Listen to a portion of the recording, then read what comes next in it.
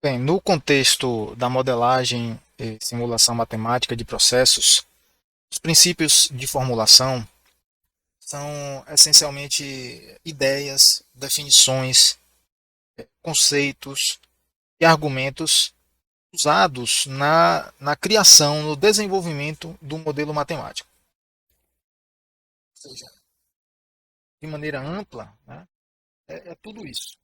Mas essa miríade, né, de definições, conceitos e argumentos pode ser organizada em alguns princípios, né, fundamentais, sendo que o primeiro deles é o que nós chamamos de bases. Bases.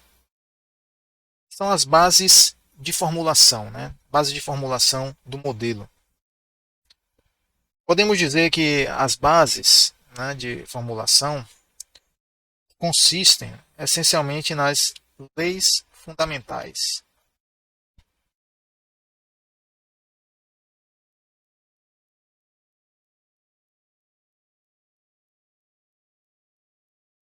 usadas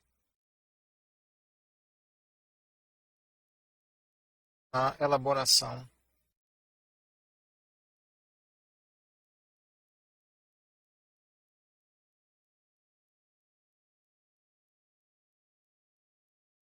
do modelo.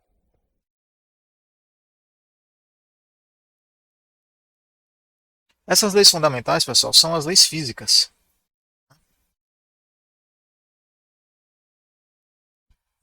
Nada mais do que isso. São as leis físicas. E essas leis físicas, né, também chamadas de leis naturais,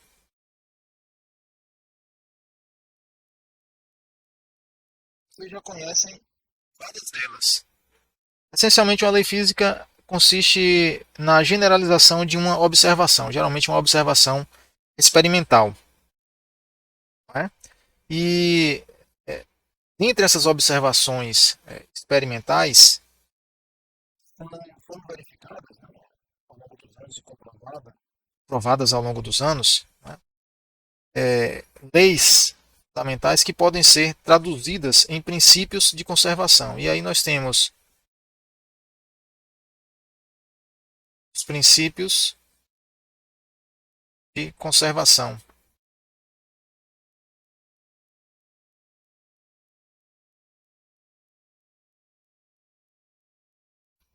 ok? E os princípios de conservação, eles ditam, né, que uma determinada quantidade física, uma determinada beleza física, pode ser contabilizada. Não necessariamente conservada, né, no sentido estrito da palavra, porque às vezes pode haver destruição e criação dessa quantidade física, mas o fato de poder ser permite a escrita, né, de uma lei de conservação. Então nós temos nesses princípios de conservação, né, por exemplo, né, a conservação da massa, a conservação da energia, já muito familiar nossa, e a conservação de momentum, certo? Esse momentum é nada mais do que o momento linear, ok? Aqui temos, pessoal, as três principais, né, as três principais físicas que são conservadas e utilizadas na criação de equações dentro do contexto da engenharia química, né, da engenharia de processos químicos.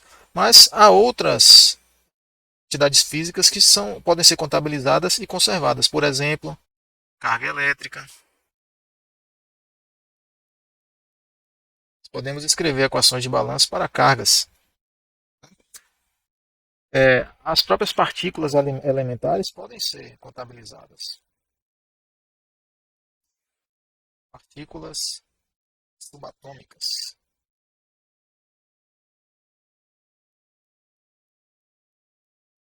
Okay? Aqui já está fora do nosso domínio, né, mas é interessante que vocês tenham, né, uma visão ampla quanto a isso. Há outras quantidades físicas conservadas, não só massa, momento linear e energia. E eu ia deixando, né, de mencionar também o momento angular. O momento angular é uma quantidade física também conservada. Importante, inclusive, na engenharia de processos. Quando nós temos um sistema no qual é importante, né, a, a sua caracterização, o movimento de partículas, partículas sólidas, essas partículas sólidas podem ter uma rotação, podem ter giro.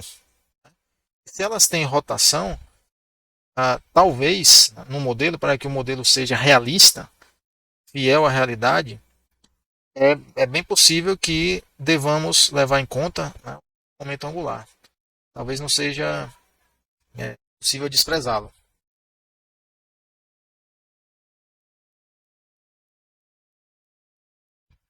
Além das bases, nós também utilizamos analogias. Usamos analogias à criação de modelos.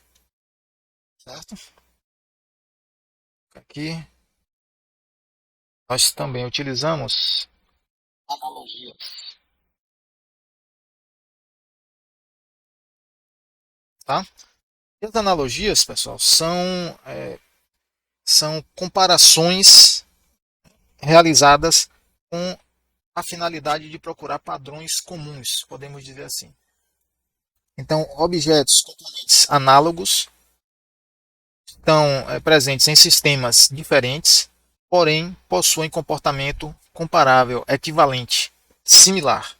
Né? O modus operandi desse componente análogo é o mesmo, ainda que em sistemas em processos distintos.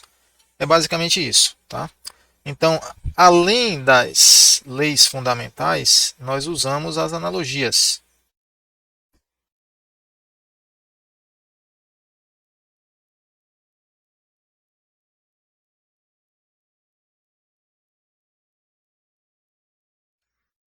Certo?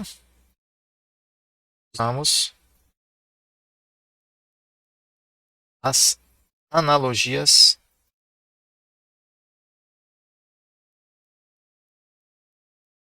entre fenômenos físicos.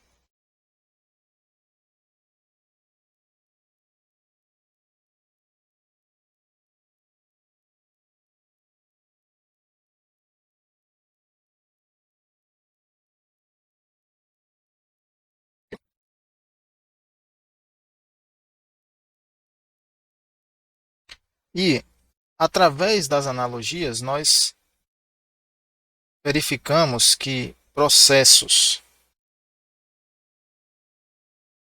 fenômenos similares ou equivalentes, né, ou que tenham naturezas, modus operandi equivalentes, são descritos, são modelados por equações matemáticas similares. Isso é bem interessante, porque se o processo possui uma natureza intrínseca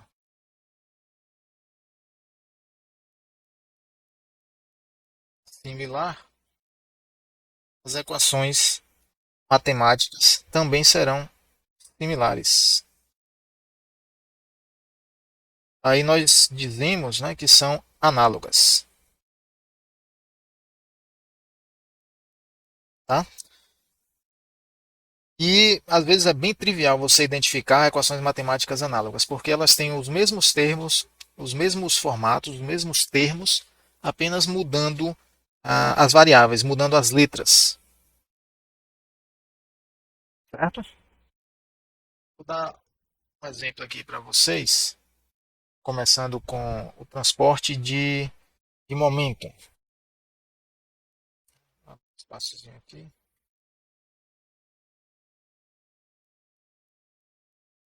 Transporte de momento.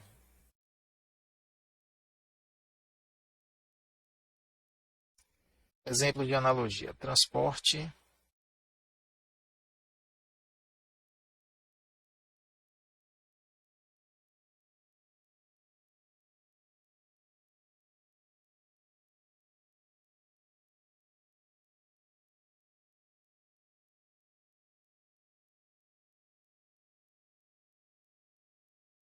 de momento, né?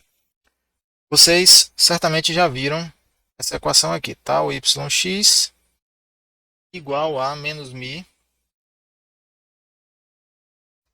dvx dy.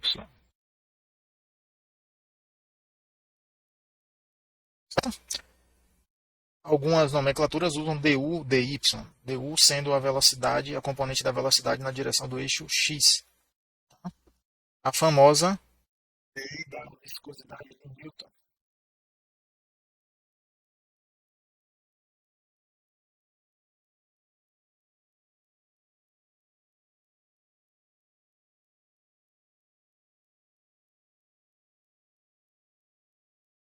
E o que ela descreve, pessoal? Ela descreve a transferência de um momento linear em decorrência de um gradiente de velocidade. Tá? Então, nós temos aqui o gradiente de velocidades. Aqui. Nós temos que é a causa, né, da transferência de momento. Não haverá transferência de momento se não houver diferença de velocidade entre um ponto e outro. E aqui nós temos a tensão. A tensão é o fluxo de momento. Tá? É a taxa de momento por área. E o μ é uma constante de proporcionalidade. É a viscosidade absoluta, né, do fluido. Tá? Quer ver um outro exemplo? É transporte de massa.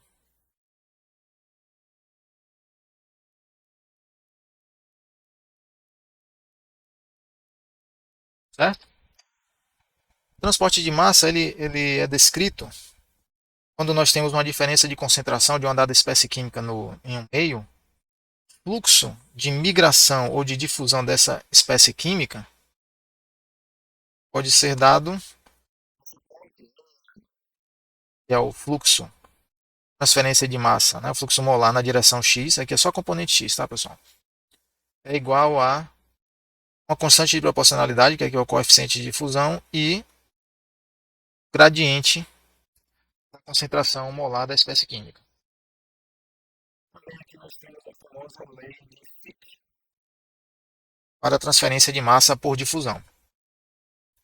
Comparem a lei de Fick com a lei de momento, de transporte de momento de líquido. Veja que nós temos um gradiente, uma constante de proporcionalidade e aqui um fluxo. É bem similar ao formato. Mas não para por aí. Nós temos também para a transferência de calor, né? Transporte de calor também por difusão. Tá? O transporte de calor ele pode ser descrito através da lei de Fourier, que para a direção x, né, uma x, o fluxo de calor é menos k dt dx. Tranquilo? Aqui nós temos a lei de Fourier. Veja que tudo é muito parecido, né, pessoal? Aqui também é um gradiente, uma constante de proporcionalidade, que é uma propriedade física, né, do material, e aqui um fluxo, taxa de calor por área. Essas são as três principais que nós usamos no contexto da engenharia química, ok? Mas não para por aí. Né? O uso de analogias em outras áreas, né, em outras engenharias, eles também recorrem a analogias. Vou dar um exemplo aqui para vocês da engenharia elétrica. Tá? Transporte de eletricidade.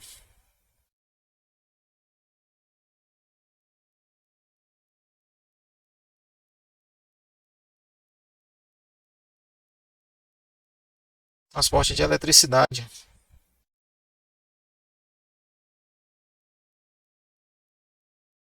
Por incrível que pareça, ele pode ser equacionado da seguinte maneira: ó, fluxo, vou botar a setinha de vetor aqui,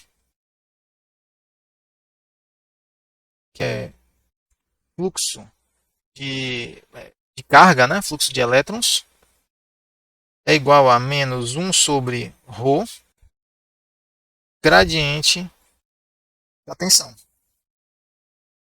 Tranquilo? Aqui eu estou escrevendo a equação na forma vetorial, né, tridimensional, onde nós temos esse I como sendo o fluxo, né, de elétrons,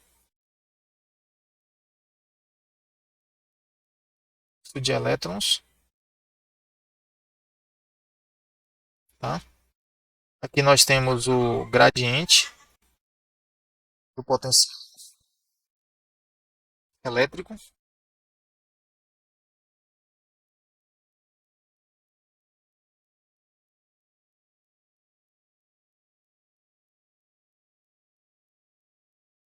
Certo? E o ρ é a resistividade do material.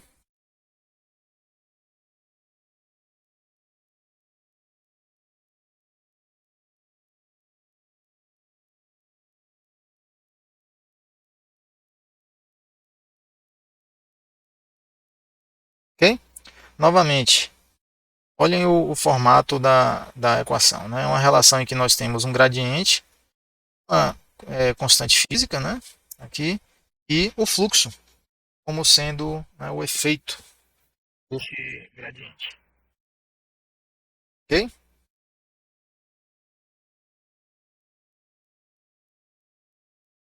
Agora vamos ver o conceito de hipóteses. Tá? Conceito bem interessante. Princípio de formulação bem interessante. É o seguinte: as hipóteses. O que são as hipóteses?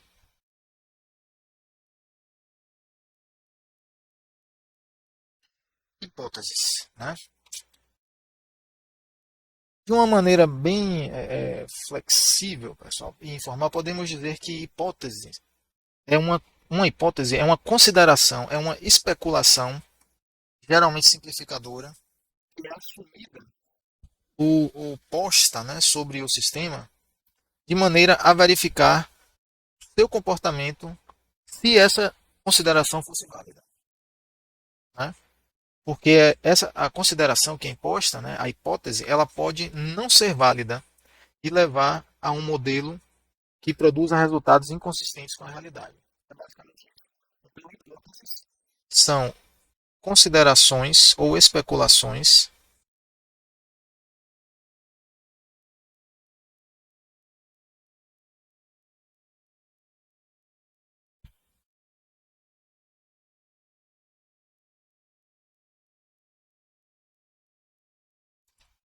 simplificadoras,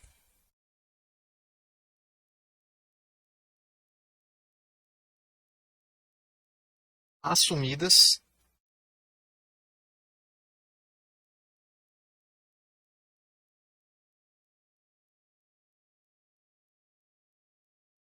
desenvolvimento do modelo.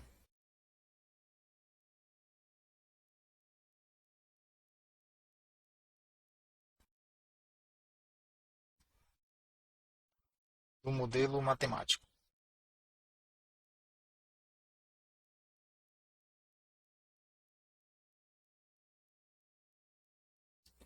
Ok? As hipóteses, em geral, são simplificadoras, tá? Ou seja, elas levarão à eliminação de termos das equações, ou terão como consequência o fato de alguma propriedade que era variável se tornar constante.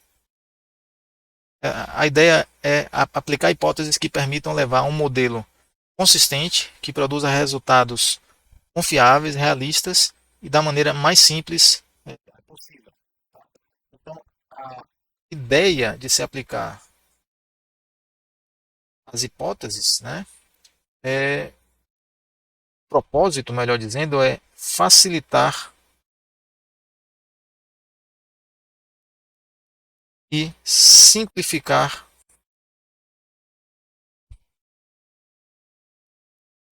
o equacionamento do modelo. Essa é a ideia.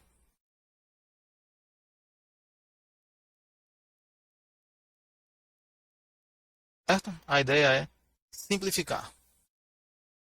Todavia, nós temos que aplicar hipóteses com bom julgamento de engenharia.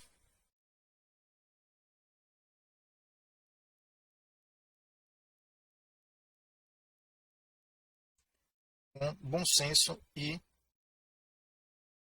com julgamento de engenharia, tá certo? Por quê?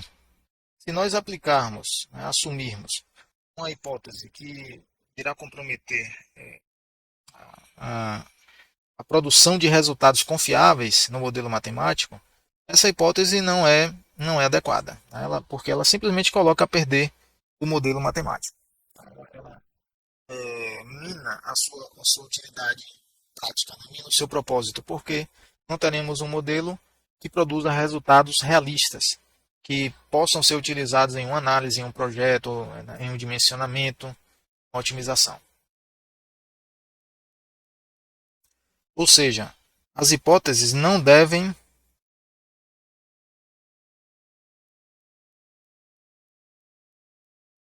comprometer a exatidão do modelo.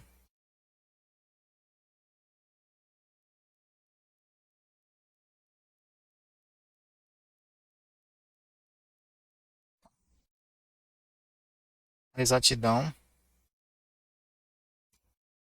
e a fiabilidade do modelo.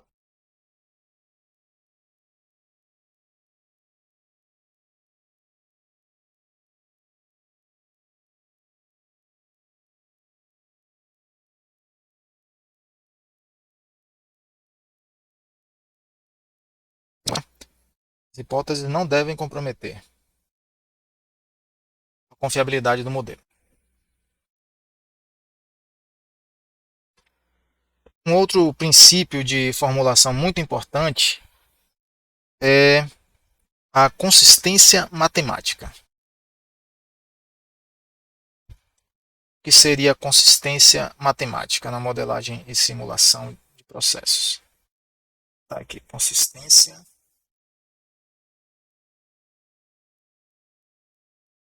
matemática.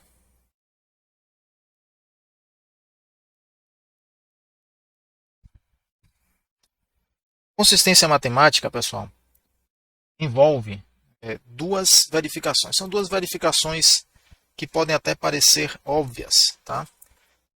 E fundamentais. E de fato são fundamentais, são óbvias, mas a importância e a utilidade dessas verificações é muitas vezes subestimada. Tá? A primeira verificação que nós temos que fazer é o que podemos chamar de fechamento. Fechamento das equações ou do modelo. Vou chamar assim. E o que é isso? O que é esse fechamento? Né? Basicamente, nós temos que garantir que tenhamos, né, juntando, né, todo o conjunto de equações, 0 graus de liberdade.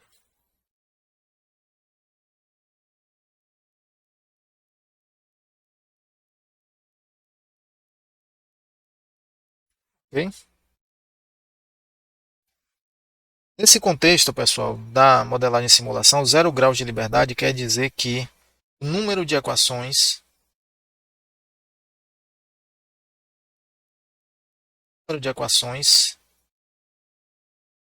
é igual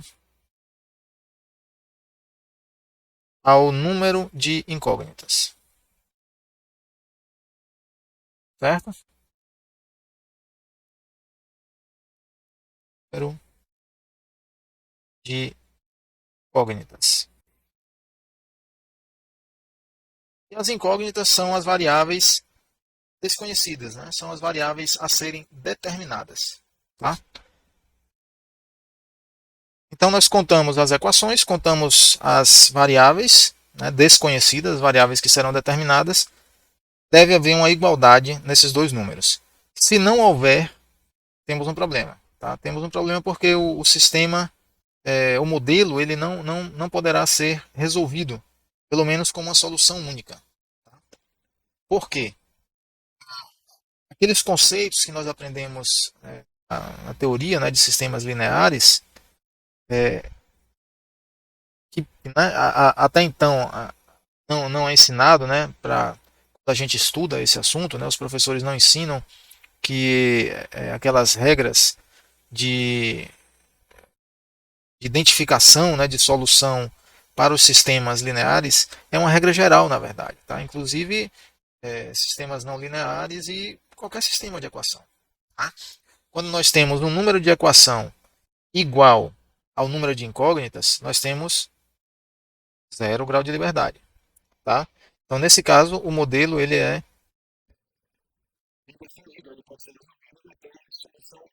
única. Se o número de equações é maior do que o número de incógnitas, se for maior,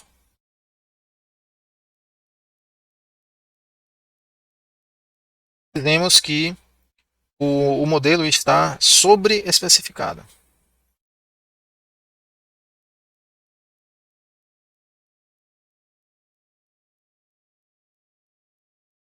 Okay? Sobre-especificado. Você pode entender de uma maneira mais palpável que o modelo está amarrado demais. Cada equação é um laço, né? É uma amarração entre as variáveis e os parâmetros. E quando nós temos mais equações do que incógnitas, nós temos muita amarração e o modelo está sobre-especificado. Um modelo sobre-especificado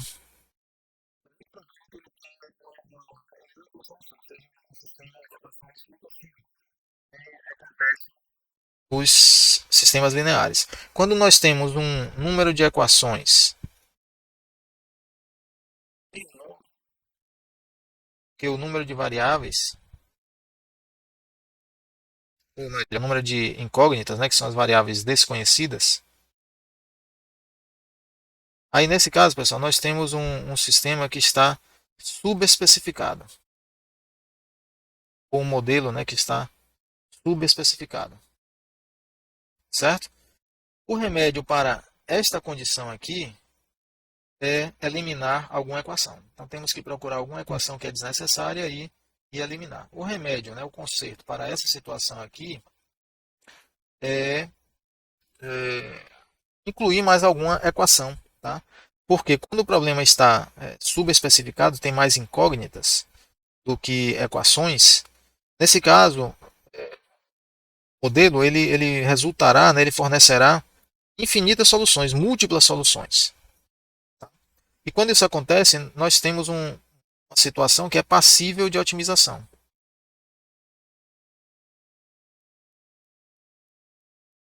Certo? Porque nós temos múltiplas soluções, talvez infinitas soluções, e o uso de um critério de otimização baseado numa função objetivo que vai maximizar ou minimizar algum resultado obtido, né, com o modelo, vai levar a uma solução única que será essa solução ótima, tá? Se conseguirmos encontrar, né, essa solução ótima. Ok? Então, fechamento de equações é 0 graus de liberdade. Tá? A segunda verificação que nós temos que fazer, né, ao criar um modelo matemático é a consistência dimensional ou consistência de unidades.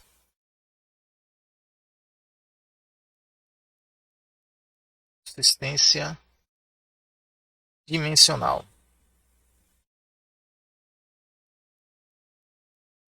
Okay? Consistência dimensional nada mais é do que garantir que cada termo das equações possua unidades adequadas.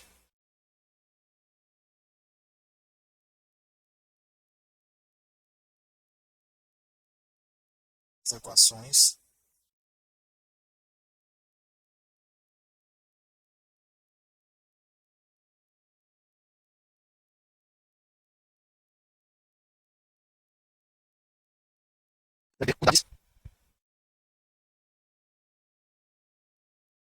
adequadas e compatíveis entre si.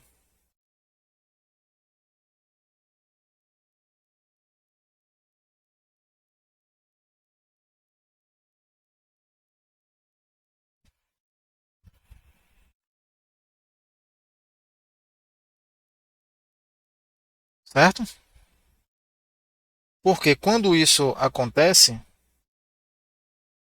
nós garantimos a operabilidade.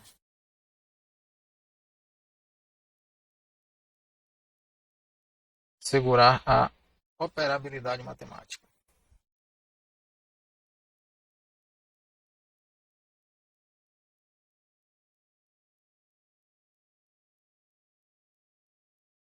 Ok?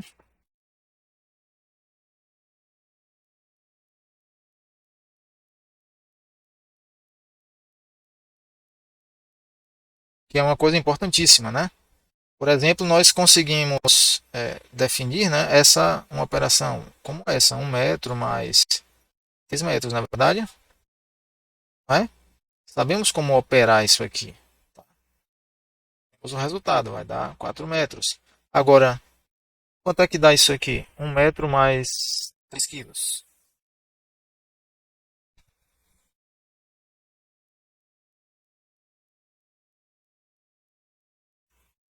Não é definido, na verdade. Ó, essa operação aqui não é definida. Então, não pode acontecer esse tipo de problema no modelo matemático. E, não se engane, pessoal, um erro de unidades como esse, quando você implementa o modelo e vai resolver numericamente, ele passa despercebido e produz resultados que muitas vezes não são tão absurdos, parecem realistas e, se não for verificado e se não for detectado o problema, esse resultado vai ser usado, vai ser construído algum equipamento com ele, vai ser dimensionado e o equipamento vai falhar quando for colocado em operação. Então é um problema muito sério, tá? A consistência dimensional. O fechamento das equações, ele, em geral, vai dificultar a solução numérica do modelo. Então, pode ser detectado com mais facilidade. Afinal de contas, é, vai se tentar resolver, por exemplo, o modelo iterativamente e não se chega a um resultado. O programa fica executando, executando, fazendo as iterações e jamais converge. No caso de muitas equações e muitas variáveis, a verificação do fechamento é realmente importante. Porque você pode implementar, pode programar o modelo e, quando for resolver, ele não chega a qualquer resultado. Ou então produz resultados numéricos espúrios, né? Inconsistência, determinações como divisão por zero, log de negativo e por aí vai. A garantia dessas duas condições, pessoal, fechamento e consistência dimensional, ou coerência dimensional, aqui também nós podemos chamar de coerência dimensional, tá? Consistência ou coerência. Coerência dimensional. Quando nós temos essas duas verificações ok, dizemos que o modelo possui consistência matemática. Então, o modelo é consistente matematicamente.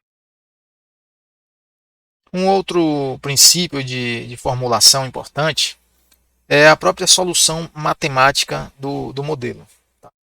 Por que a gente inclui solução matemática como um princípio de formulação? Então, vou colocar aqui a solução matemática.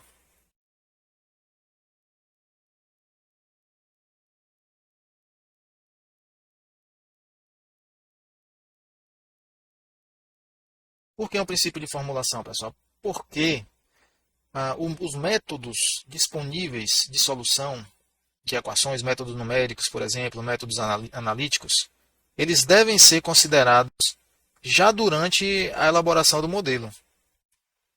Okay? Então, os métodos de solução numérica ou analítica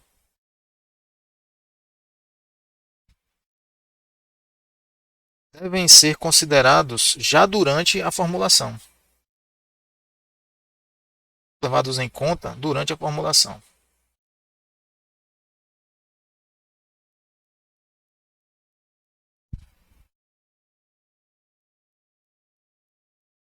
A fase de formulação. Tá?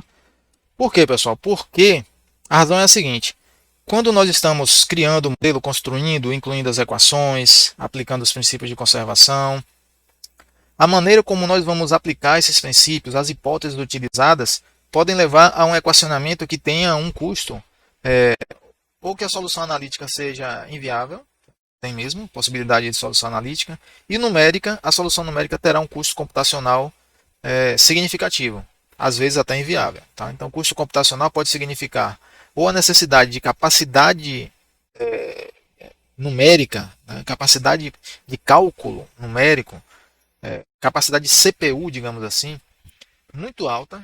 Fale-se aí em supercomputadores com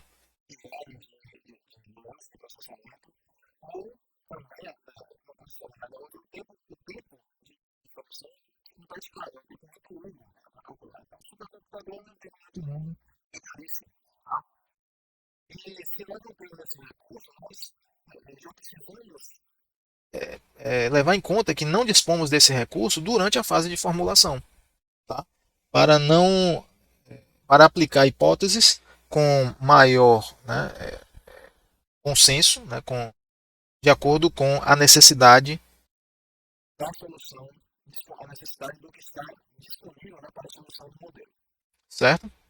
Então devemos fazer isso, formulação, levando em conta com parcimônia as capacidades de solução matemática.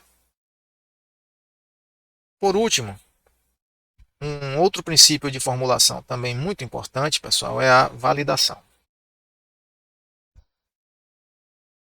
Tá? Validação, algumas pessoas chamam também de verificação. Verificação do modelo. Certo? O que é a validação ou a verificação? É o seguinte, deixa eu botar isso aqui, vou botar de outra cor para ficar melhor a identificação, tá certo? Aqui. Validação ou verificação.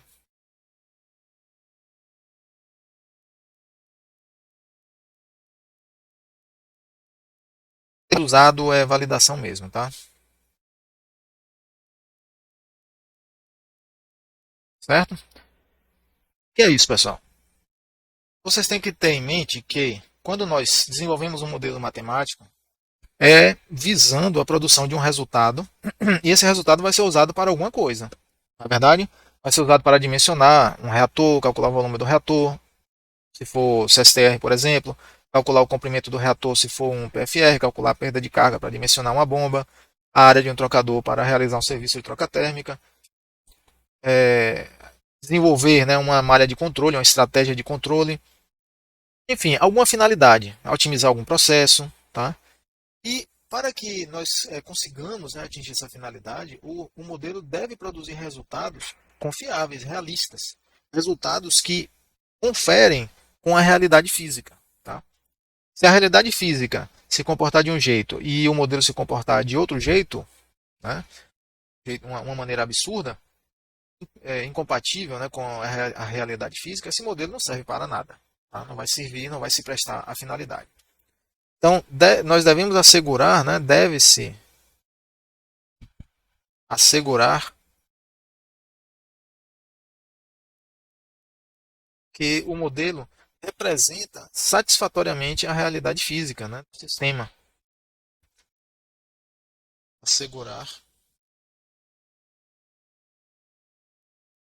que o modelo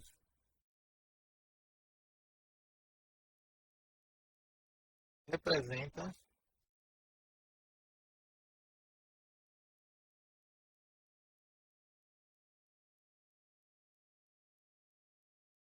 satisfatoriamente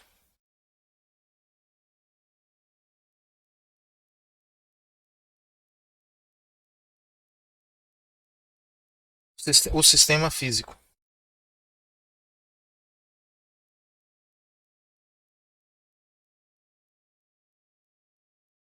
Tá?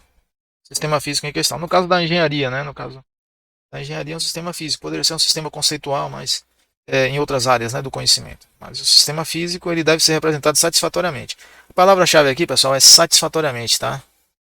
Porque representar exatamente dificilmente acontece, exatamente dificilmente acontece, né? Representar o comportamento do sistema real com uma exatidão e uma precisão infinitas, isso não acontece. Mas com uma proximidade, né, satisfatória, sim, isso tem que ser garantido. Tá? E como é que nós fazemos isso? Nós confrontamos ou comparamos, né, os resultados do modelo com experimentos, né, com dados experimentais. Tá? Nós devemos confrontar ou comparar resultados do modelo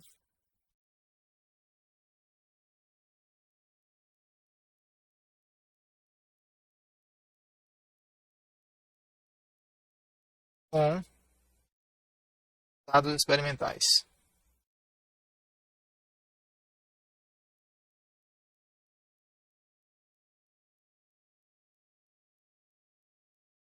Certo? Com dados experimentais. Tá? Se o modelo apresentar resultados que são similares ou comparáveis aos dados experimentais, o modelo é considerado aceitável, né? Ou válido. Se for comparável,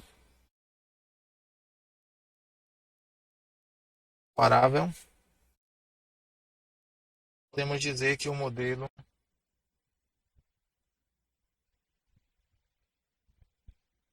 está, né, ou é validado.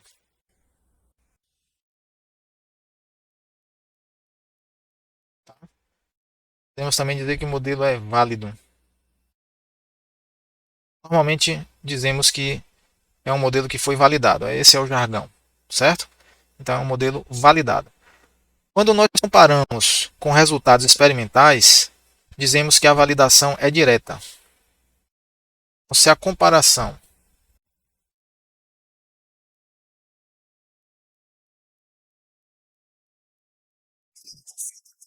dos experimentais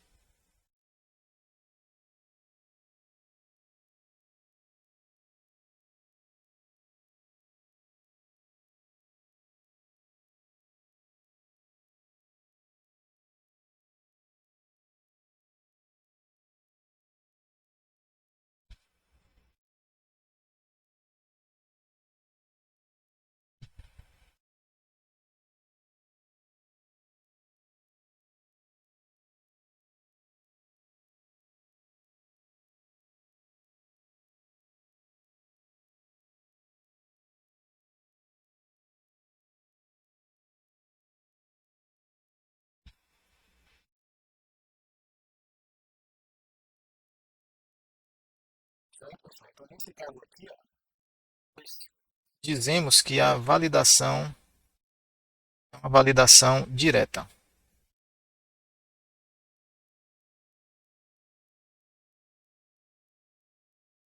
certo? Porém, nós podemos comparar com outro modelo.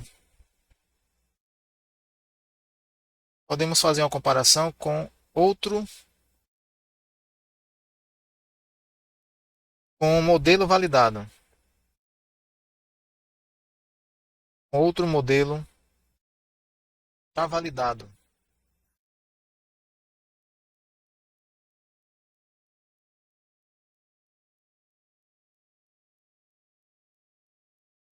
Já validado. Certo? E aí, quando isso acontece, quer dizer, o modelo existente, pré-existente, antes do meu, antes do que eu desenvolvi, ele já foi validado, já foi testado. E aí eu vou comparar os meus resultados com o resultado desse modelo que já foi validado, já tem um certo grau de confiabilidade. Aí, nesse caso, nós temos a validação indireta.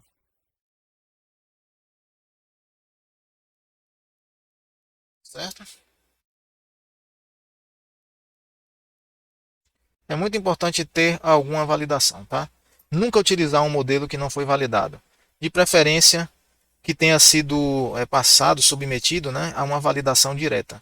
Mas, se não for possível, se não tiver dados experimentais disponíveis, né, para essa validação direta, pelo menos uma validação indireta.